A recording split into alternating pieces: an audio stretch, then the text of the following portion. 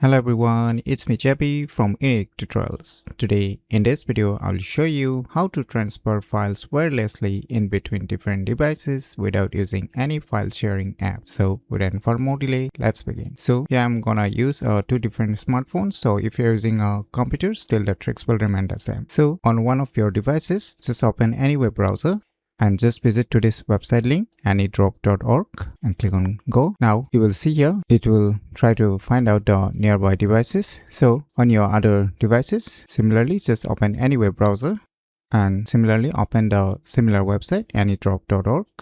So now you can see here it gets auto detect. So it will automatically detect the nearby devices if you're using the same Wi-Fi internet connections, and if your devices are using different internet connections, like one of your devices using a mobile data and one of your devices was using a Wi-Fi internet, then you can just click on this option and you can copy the link or you can share this Raspberry barcode also. So now say I want to transfer files from this device to this device, then I need to click on this option. Now you can see here one button here, just click on it. Now click on while using the app. Now just click on this files, select the respective file that you want to send. So you can see on the other device it's showing accept, so just click on this accept. So you can see starting to transfer.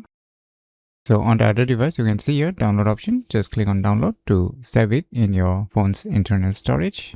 Click on download. Now it will get saved to your phone's internal storage. So you can do the same thing if you want to send a file from the other device to the other device. So by using these cool tricks, you can easily transfer files wirelessly in between different devices without using any file sharing app. So if you never known about these cool tricks, then you should definitely give it a try. So if you find this video tutorial useful, please click on the thumbs like button, and if you're new to our channel, click on the subscribe button, and lastly, thanks for watching.